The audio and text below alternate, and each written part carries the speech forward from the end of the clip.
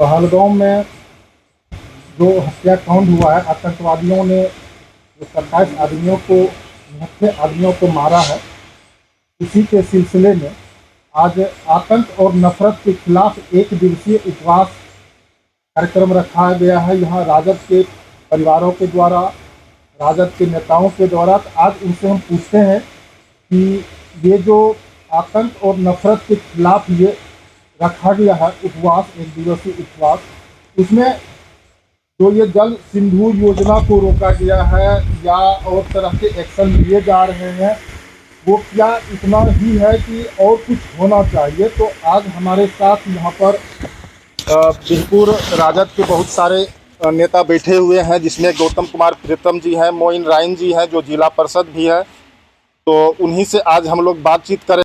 तो आज रखा गया है उपवास आतंक और नफरत के खिलाफ, तो इसका मकसद क्या है?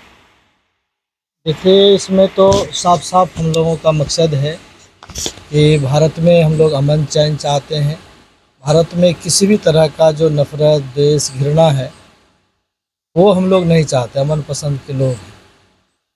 लेकिन जिस तरह से बार बार भारत में कभी पुलवामा में, कभी अभी 2019 का मामला है, और उस मामले में देखेंगे कि हमारे सेना शहीद हो जाते हैं जी। और उसकी रिपोर्ट अभी तक सामने नहीं आया है कि उस घटना के पीछे कौन था, क्या साजिश था, इतना विस्फोटक पदार्थ कहाँ से आया।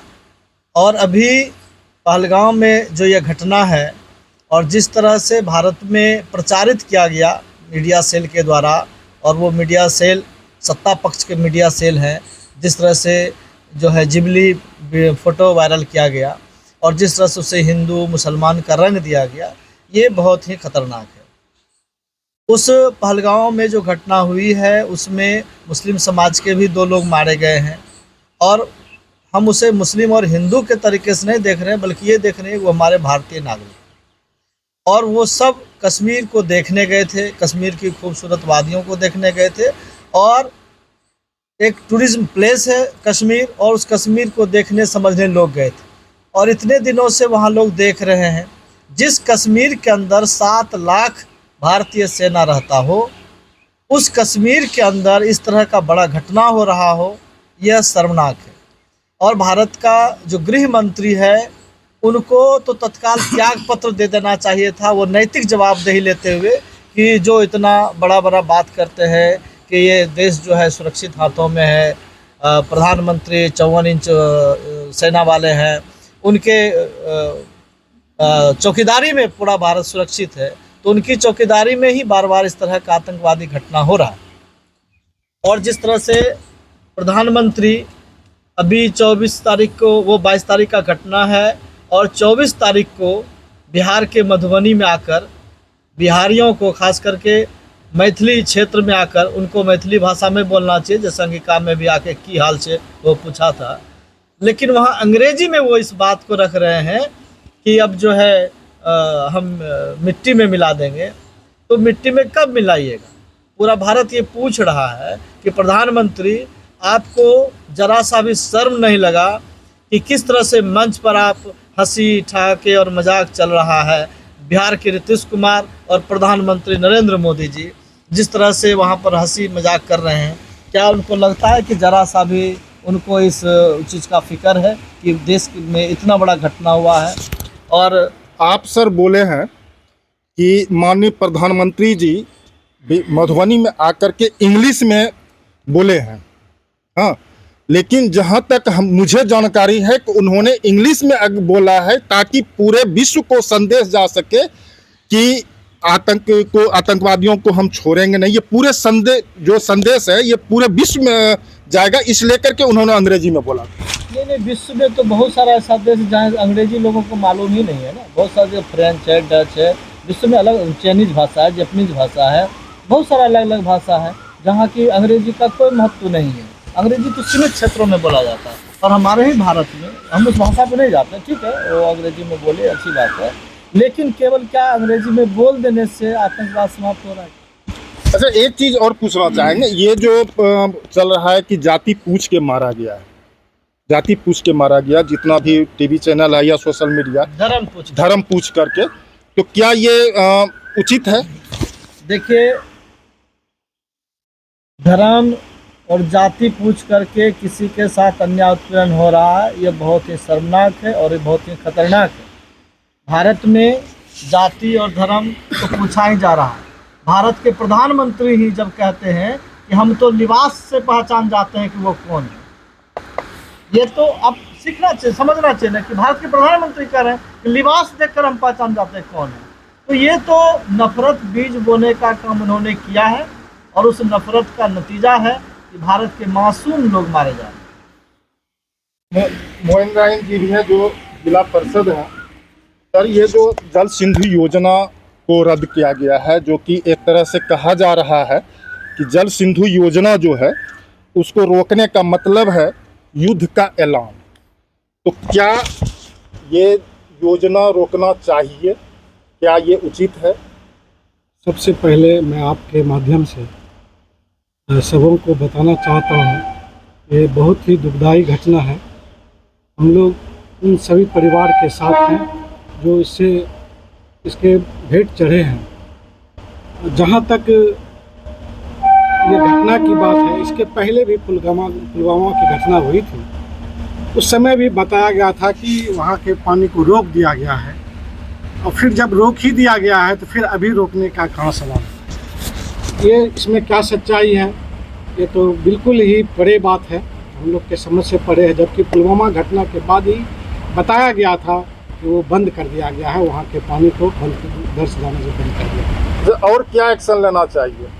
क्योंकि बोल तो रहे हैं 3 दिन से, लेकिन कोई एक्शन नहीं हो रहा है। बिल्कुल, प्रधानमंत्री खुद आए थे, बिहार आए थे, सीतामढ़ी में उनका भाषण हुआ था और वो बोले थे, मन से बोले थे कि इसका जो परिणाम है बहुत बुरा परिणाम हुआ और इसका भुगतना है। इस इंतजार में हम लोग भी हैं कि निश्चित रूप से कार्रवाई होगी, प्रधानमंत्री बोले हैं। लेकिन जो भी हो रहा है, क्या इसमें हमारी जो बिल्कुल फेल्योर नहीं है?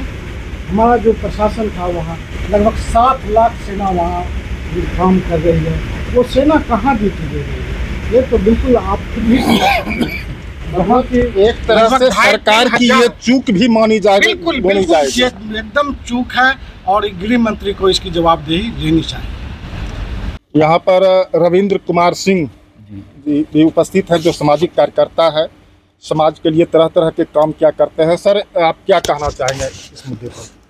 देखिए, हम सबसे पहले तो इस घटना में जो लोग मरे हैं उनके प्रति हम श्रद्धांजलि अर्पित करते हैं, और ये बहुत दुखदाई घटना है। जो भी परिवार का कोई चला जाता है तो बहुत कष्ट होता है, तो इसकी निंदा करते हैं। ये घटना होनी नहीं चाहिए, लेकिन लगातार 2014 से भारत में ये भाजपा की सरकार है केंद्र में, और वो जिस तरह से देश के अंदर हिंदू मुसलमान के मुद्दे को लेकर नफरत फैलाने का काम कर रही है, ये बहुत और इस मसले को भी जब चुनाव आता है तो इस तरह की गतिविधियां बढ़ जाती है। तो ये बहुत, इसमें हम कहेंगे कि ये नहीं होना चाहिए, और ऐसा हो रहा है तो बहुत ही निंदनीय है। क्योंकि पूरे देश में जो है, कल भी राजद परिवार के तरफ से कैंडल मार्च निकाला गया था पूरे बिहार में। हाँ, उसमें तेजस्वी यादव जी भी निकाले थे, नौगछिया में भी आप लोग का निकाला गया था। पूरे देश में अगर कहा जाए तो उबाल मचा हुआ है, सभी लोग आक्रोश में हैं। तो आप सर ये बताइए कि और कितना जल्द एक्शन होना चाहिए? देखिए, जब घटना होती है तो अभी तो भाजपा वाले भी कैंडल निकाल रहे हैं सड़कों पर। अभी तो पूरा पक्ष और विपक्ष उन मोदी जी के साथ है, क्योंकि राहुल गांधी भी कहे कि हम उनके साथ हैं, उनको जो भी लेंगे हम। उन्होंने तो कहा कि विपक्ष के साथ बैठक करके निर्णय क्या आप ले रहे हैं, लेकिन इसकी जो गहन जांच होनी चाहिए कि इसके पीछे कौन लोग हैं, वो कभी डिक्लेयर नहीं होता। इसलिए हम ये पार्टियों, जो सरकार है, इस पर संदेहास्पद होता है कि वो ऐसा क्यों होता है कि जैसे घटना पिछले जो 19 में घटना हुई है, उसका आज तक कोई डिक्लेरेशन नहीं हुआ कि जांच में क्या आया, कौन लोग उसके पीछे थे। तो इस तरह की घटना, फिर बिहार में चुनाव है और कई राज्यों में चुनाव है, उसको प्रभावित करने की दृष्टि से भी ये घटना को अंजाम दिया जा सकता है।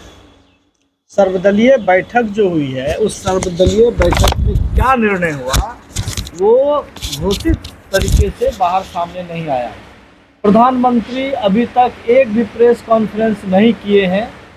भारत के प्रधानमंत्री हैं, एक तरफ अमेरिका के प्रधान राष्ट्रपति के लिए वो प्रचार करते हैं, और ट्रंप जो है दिन में 4 बार जो है मीडिया के सामने आते हैं और अपना इंटरव्यू देते हैं और जो सवाल जवाब होता है।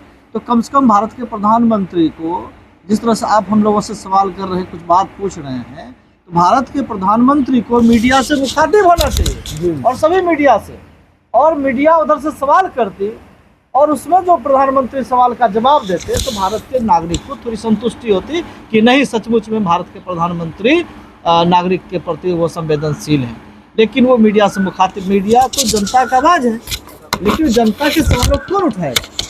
आप जिस तरह से सवाल उठाने आए हैं, जो बात हम लोगों से पूछ रहे हैं, ये तो प्रधानमंत्री को भी भारत को जवाब देना चाहिए, भारत के नागरिकों को बताना चाहिए, और विश्व के पटल पर भी ले जाना चाहिए।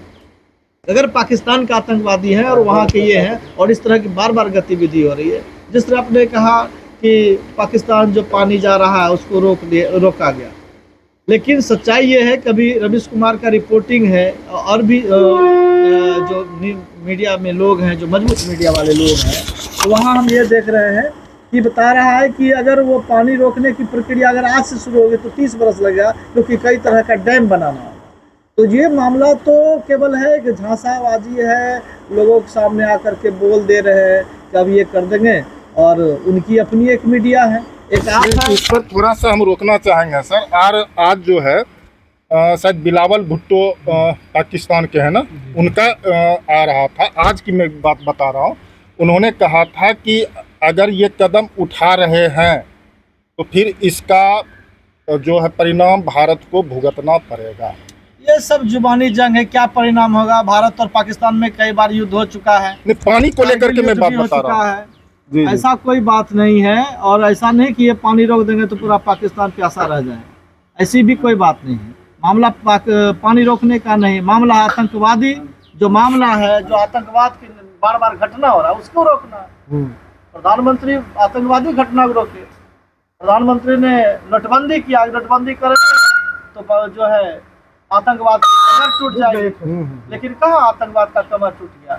लगातार मोदी जैसे मजबूत प्रधानमंत्री के सामने आतंकवादी जो है हमले तेज हुए हैं। ये सवाल है, और इस सवाल का समुचित जवाब देश के प्रधानमंत्री ही दे सकते हैं।